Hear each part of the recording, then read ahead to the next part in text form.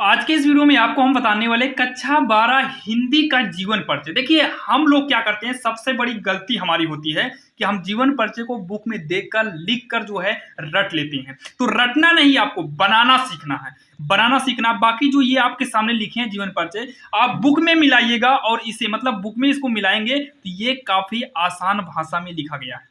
और बाकी कैसे बनाना है आपको जो है डिस्क्रिप्शन में जाइएगा, कंप्लीट जो है हिंदी के जीवन परिचय का जो है एक प्लेलिस्ट मिल जाएगा जहां से आप सभी जीवन परिचय को देख सकते हैं। और बाकी कैसे बनाना है उसका भी वीडियो का लिंक हम डिस्क्रिप्शन में दे देंगे, देख लेना आखिर जीवन परिचय को कैसे बनाया जाता है। बुक में ऐसे नहीं लिखा रहता है, इसको बनाना पड़ता है जो कि काफी आसान भाषा में।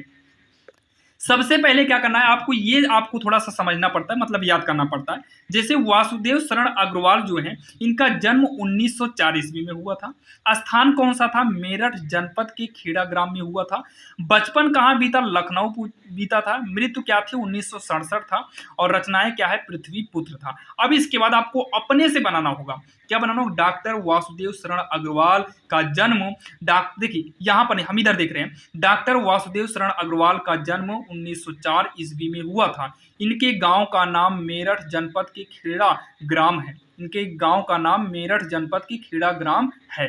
हो गया, कितना बढ़िया। डॉक्टर वासुदेव शरण अग्रवाल का जन्म 1904 ईस्वी में हुआ था। आपको जो है इसे हाईलाइट करके रखना पड़ेगा। आपको ये हाईलाइटर या स्केच नहीं ले जाना है, आपको ये काली पेन से लिखकर नीचे एक अंडरलाइन कर देना, एग्जाम में याद रखिएगा। और आपको मतलब एग्जाम में जितना हम लिखे ना इतना ही केवल लिखना, ज़्यादा आपको भरना नहीं, क्योंकि हम एग्जाम की तो कॉपी नहीं लिए भाई, दूसरे की तरह झूठ नहीं बोलेंगे। ये नॉर्मल परीक्षा की ही कॉपी है, बाकी आपको इतना ही लिखना पड़ेगा। क्योंकि हम इधर देखिए ना, इधर देखो, इधर हम तनको लाइन नहीं खींचे, वहाँ की कॉपी थोड़ा बड़ी होती है तो हमारी छोटी है, तो क्या हुआ हम उतना लिखें जितना एग्जाम में आपको लिखना है। तो सबसे पहले सुनिए, डॉक्टर वासुदेव शरण अग्रवाल का जन्म 1904 ईस्वी में हुआ था। इनका गांव, इनके गांव का नाम मेरठ जनपद के खेड़ा ग्राम है, या इनके गांव का नाम जो है मेरठ जनपद है। खेड़ा ग्राम लिख सकते हैं, अच्छी बात है ना। ये जितना आपको याद हो ना भैया, थोड़ा बहुत उतना ही लिख दो, लेकिन हाँ काटा पीटी मत करना बस। इसका बचपन लखनऊ में बीता था। इनका बचपन लखनऊ में बीता, या फिर इनका बचपना, या ये जब छोटे थे तो लखनऊ में रहते थे। देखिए बनाना सीखना, हमें रटना नहीं बनाना है। तो लिख सकते हैं इनका बचपन लखनऊ में बीता। इन्होंने अल्पायु, मतलब ये छोटी उम्र में ही, या फिर अल्पायु लिखिएगा जैसा आपका हो पाए, इन्होंने छोटी उम्र में या अल्पायु में ही बनारस हिंदू विश्वविद्यालय से एमए, पीएचडी और डी.लिट की उपाधि प्राप्त की। एमए, पीएचडी और डी.लिट की उपाधि प्राप्त की। या फिर लिख सकते हैं इन्होंने कम आयु में ही बनारस के हिंदू विश्वविद्यालय में अपनी परीक्षा या अपनी पढ़ाई की। देखिए भाई डी.लिट इतना कठिन वर्ड अगर ना याद रहे, देखिए बहुत सारे बच्चे ऐसे होते हैं जो एग्जाम देने जब जाते हैं ना केवल तभी ये देखते हैं, तो उनके लिए बता रहे हैं कि आप लोग नॉर्मली लिख देना, कोई दिक्कत नहीं रहेगी, सही रहेगा, आप कंफर्म बोल रहे हैं। उपाधि प्राप्त कर ली थी। इन्होंने हिंदू विश्वविद्यालय में अध्यक्ष पद में कार्य भी किया, यानी कि अध्यक्ष पद पर कार्य भी किया, में भी कर सकते हैं, पर भी कर सकते हैं। इन्होंने हिंदू विश्वविद्यालय में अध्यक्ष पद पर कार्य भी किया। बहुत समय तक मथुरा और लखनऊ में रहे। ये जो है मथुरा और लखनऊ में बहुत समय के लिए रहे। माँ सरस्वती का यह अमर पुत्र, माँ सरस्वती का यह अमर पुत्र हिंदी साहित्य की सेवा करता हुआ 1967 ईस्वी में भारत माँ के चरणों में हमेशा के लिए सो गया। ये जो जीवन परिचय आप देख रहे हैं ना, ये काफी आसान भाषा में, बिल्कुल आसान है। आप बुक उठाकर देखिएगा, बुक की भाषा और इसकी भाषा काफी आसान है। और आपको इतना ही करना है, जो यहाँ पर हम ये डाले हैं, यहाँ पर आप प्रश्नोत्तर संख्या डालेंगे, एग्जाम में डालेंगे कि नहीं डालेंगे, और साइड में मोड़ने के बाद आपको इतना ही स्पेस बचेगा, आप इसे करिएगा। और लास्ट में करते करते आपको बता दें, ये आपका मतलब इतना ही रहता है, बस ये थोड़ा एग्जाम की कॉपी थोड़ा चौड़ी रहती है, बस मतलब लॉन्ग रहती है, बाकी ये आपकी चौड़ाई इतनी ही रहेगी, लंबाई थोड़ा बड़ी रहेगी, ठीक।